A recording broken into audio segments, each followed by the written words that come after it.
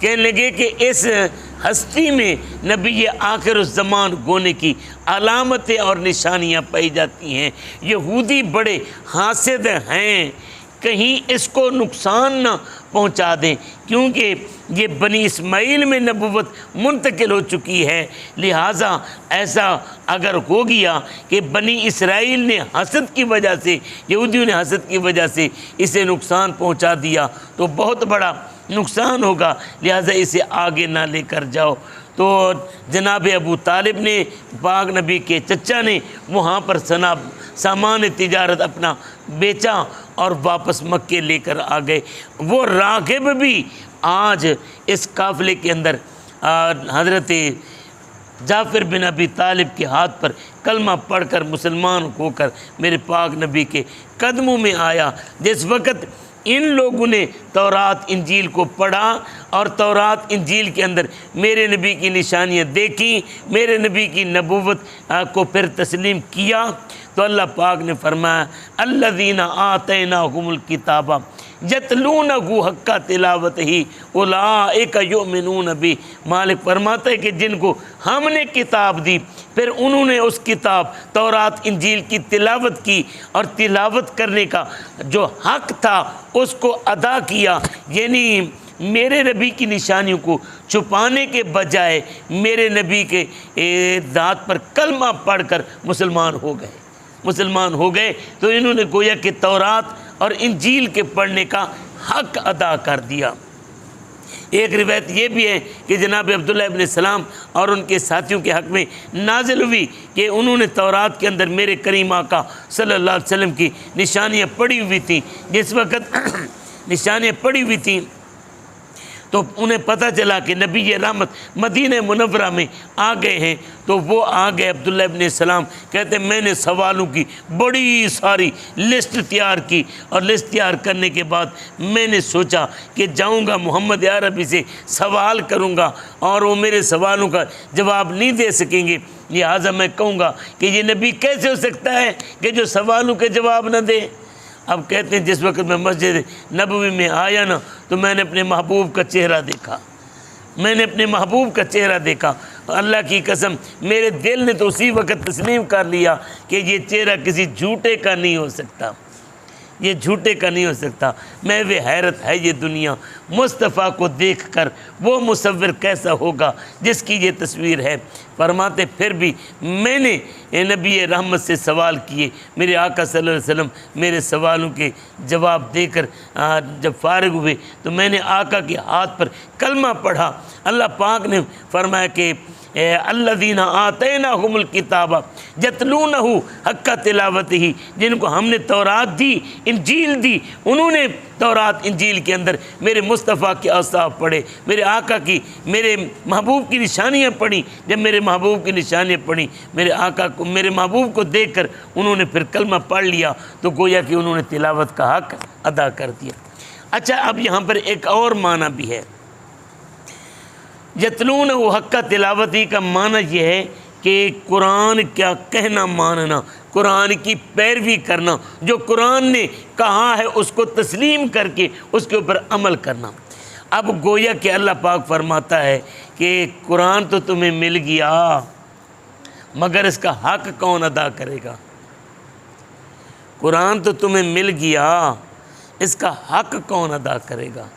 حق وہ ادا کرے گا، حق اسی نے ادا کیا، یا حق وہ ادا کر سکے گا جس نے قرآن کی پیروی کی، جس نے قرآن کا قرآن کے حلال کو حلال مانا، حرام کو حرام مانا۔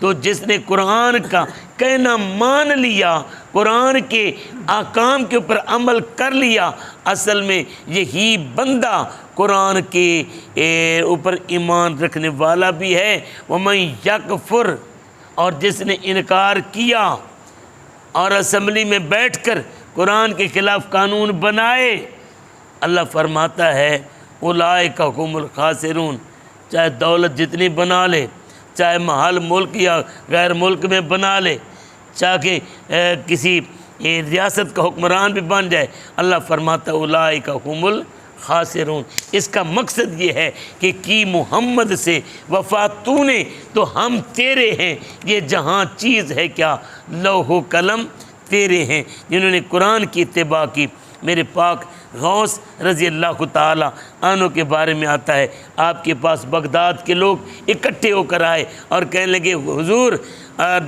خلیفہ وقت نے بغداد کا گورنر ایک ظالم کو لگا دیا ہے۔ آپ نے فرمایا میں جمعہ پڑھانے جا رہا ہوں، جاؤ حاکم وقت کو کہہ دو کہ گورنر کو بدل دے، ورنہ جمعہ کے بعد میں خود بدل لوں گا، میں خود بدل دوں گا۔ اب حاکم وقت یہ کوئی سیاستدان تو نہیں تھے غوث اعظم، یہ کسی پارٹی کے سربراہ تو نہیں تھے، وقت کیا تھے؟ ایک چٹائی نشین، ایک بوریہ نشین، ایک حجرے کے اندر بیٹھنے والا درویش تھا، مگر حاکم وقت کو پتہ تھا کہ یہ قرآن کے جاننے والا ماننے والا ہے، ان کے منہ سے جو بات نکلے گی اللہ پوری کر دے گا۔ اب پیغام پہنچا حاکم وقت کے پاس، تو جب غوث اعظم جمعہ پڑھ کے باہر نکلے نا تو دروازے پر ہاتھ جوڑ کر ہاتھ باندھ کر کھڑا ہے، حضور حکم ملا تھا، میں نے بغداد کا گورنر بدل دیا ہے۔ آپ نے فرمایا کیا تجھے پتہ نہیں تھا کہ وہ ظالم ہے؟ کیا تو نے رب کے حضور حاضر نہیں ہونا تھا؟ اچھا کیا تو نے گورنر بدل دیا ہے، ورنہ میں تیرا اقتدار بھی بدل دیتا۔ 2 منٹ کی ٹھوکر سے صحرا و دریا سمٹ کر پہاڑ ان کی ہیبت سے رائی۔ یہاں پر ایک اور بات بھی حضرت شرف الدین بو علی قلندر کی مجھے یاد آ گئی۔ حضرت شرف الدین بو علی قلندر کے درویش فقیر سالک جا رہا تھا، وقت کے حاکم نے اسے تھپڑ مارا، وہ روتا ہوا حضرت شرف الدین بو علی قلندر کے پاس آیا۔ آپ نے وقت کے حاکم کو حکم لکھا، بعض پرس ای عامل بدگوہرے ورنہ ملک تو دی ہم بدی کرے۔ فرمایا اپنے اس بدتمیز گورنر عامل کو بندے کا پتر بنا، اس سے پوچھ کہ اس نے ایک فقیر کو تھپڑ کیوں مارا ہے، ورنہ ملک تو دی ہم بدی کرے، ورنہ تجھ سے اقتدار چھین کر میں کسی اور کے حوالے کر دوں گا۔